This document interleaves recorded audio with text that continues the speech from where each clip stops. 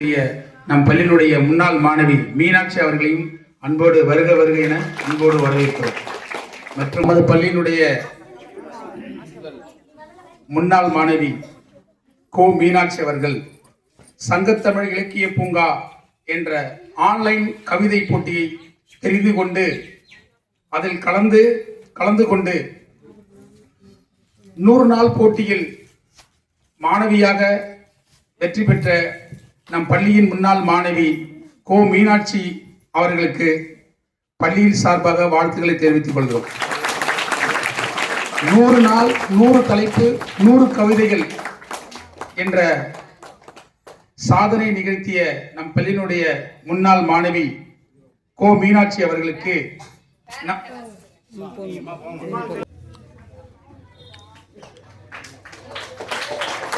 மீனாட்சி அவர்களுக்கு சிறப்பு செய்யப்படுகிறது. கவிஞர் மீனாட்சி.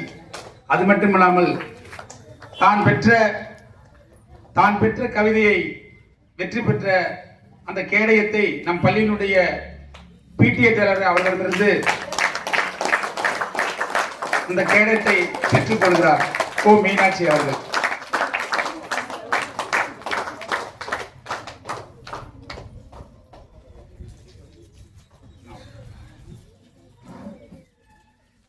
வெற்றி பெற்றிருக்கா அப்படிங்கிறப்போ இந்த கிராமத்துக்கு ஒரு பெரிய ஒரு சான்று. லேசா இல்லை, 100 கேள்விகள் 100 கவிதைகள் அப்படிங்கிறது லேசான ஒரு இல்லை. வேர்ல்டு ரெக்கார்ட் பண்ணியிருக்காங்க. அது எந்த ஊருன்னா கீரனூர். அப்போ யாருக்கு சேர்ந்து நம்ம கீரனூர் மக்கள் அனைவருக்குமே அந்த ரெக்கார்டு நமக்கு உற்சாகம். அதேமாரி நீங்களும் மேலும் மேலும் மேலும் மேலும் நீங்கள் உங்களுடைய அறிவை வளர்த்து கொண்டு மேலும் மேலும் வாழ எல்லாம் வல்ல இறைவனை வேண்டி விடைபெறுகிறேன். நன்றி, வணக்கம். இப்போ உங்களை மாதிரி படிச்சவங்க தான் இல்லையா? கிளாப் பண்ணிடுங்க அக்காவுக்கு.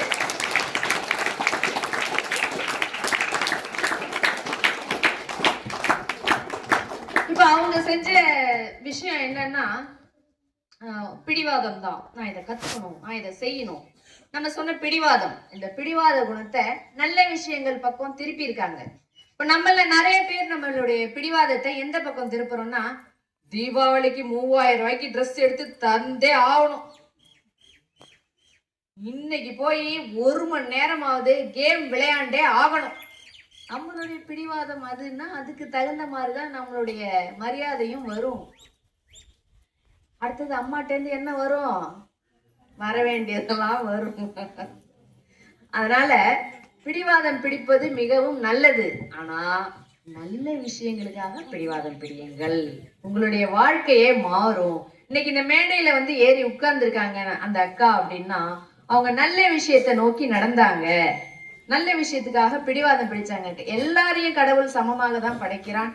அதே அளவு மூளை தான், அதே அளவு உருவம் தான். 2 காது, 1 மூக்கு, 2 கண்ணு, 1 வாய், 2 கை, 2 கால், அவ்வளவுதானே எல்லாருக்கும் இருக்கு. எல்லாருக்கும் அதே உறுப்புகள் தான். ஆனால் உங்களுடைய நோக்கம் நல்லதாக இருந்தால், நீங்கள் பயணம் செய்யும் பாதை நல்லதாக இருந்தால், உங்களை அது மரியாதையின் உச்சத்தில் உட்கார வைக்கும், புகழை ஏற்றும், உலகமே உங்களை கொண்டாடும். இன்னைக்கு நம்ம ஸ்கூல்ல அந்த அக்காவை கொண்டாடுறோம்.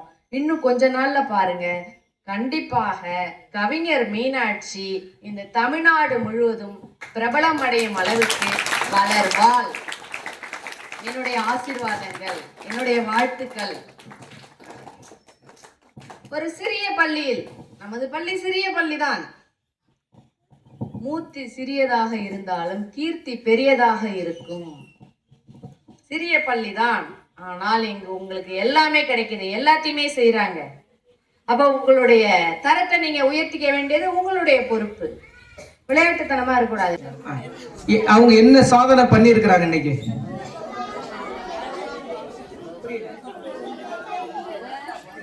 ஓகே, அது இது மாதிரி அவங்களுக்கு மட்டும் திறமை இல்லை, உங்களுக்கும் இருக்கு. ஆனா அவங்க சரியான முறையில முயற்சி பண்ணி இருக்கிறாங்க. அதே சிந்தனையோட இருந்து அதை சரியா வடிவமைச்சிருக்கிறாங்க. ஆனா உங்களால முடியும், உங்களாலையும் முடியும். ஆனா அதுக்கு எத்தனை பேர் முயற்சி பண்ண தயாரா இருக்கீங்க? வாழ்த்துக்கள். ஓகே, கதை, கவிதை, கட்டுரை, இலக்கிய சார்ந்தது. அப்புறம் வரலாற்று ரீதியான புதின எழுதுறதுக்கெல்லாம் சிலருக்கு வரும். இது கதை எழுதுறவங்களுக்கும் கவிதை எழுதுறவங்களுக்கும் கொஞ்சம் இடர்பாடா இருக்கும். புதின எழுதுறது, நாவல் புதின எழுதுறவங்க அது ஒரு தனி ஸ்டைல், அதுக்கும் போவாங்க. அதுக்கு வயசு முக்கியம் இல்லை, எண்ணம், அதை பத்தின சிந்தனை. ஒரு புத்தகம் எழுதுனா குறைச்சல ஒரு 100 புத்தகங்களாவது ஒருத்தர் படிச்சிருக்கணும். உனக்கு புத்தகம் படிக்கிற ஆர்வம் இருக்காமா? முதல் காரணம் அவங்களுக்கு திறமைங்கிறது. இப்ப நானும் எனக்கு நிறைய விஷயங்கள், எந்த ஒரு டாபிக் கொடுத்தாலும் அதை எடுத்து நிறைய பேசுவேன். ஆனா நான் புத்திசாலியான நான் ஒத்துப்பேன் இல்லைன்னு. ஆனா அந்த அந்த திறமை எனக்கு கொடுத்தது எதுனா புத்தகங்கள் தான். நான் நிறைய புத்தகங்கள் படிப்பேன். அதுல ஏற்பட்ட ஆர்வம், ஏன்னா ஒரு புத்தகம் படிக்கிறதுக்கு ஒரு புத்தகம் எழுதுறதுக்கு ஒருத்தர் குறைஞ்சது 100 புத்தகமா படிச்சிருக்கணும். அந்த 100 புத்தகத்துல உள்ள சரத்துகள் எல்லாத்தையும் சுருக்கி ஒரு புத்தகத்துல கொடுப்பார். அதே மாதிரி அவங்க நிறைய புத்தகங்கள் படிச்சிருக்காங்க. அது அவங்களுக்குள்ள ஆர்வத்தை தூண்டி அவங்களுக்கு புதிய சிந்தனையை ஏற்படுத்தியிருக்கு. அந்த சிந்தனை அவங்களுக்கு ஒரு தாக்கத்தை கொடுத்து அவங்க எழுதியிருக்காங்க இன்னைக்கு. அதனால அவங்க சாதனை படைச்சிருக்காங்க. மீண்டும் ஒரு தடவை அவங்களை கைதட்டலாமா? நன்றி. முன்னாள் மாணவி மீனாட்சி அவர்களை அன்போடு அழைக்கிறோம்.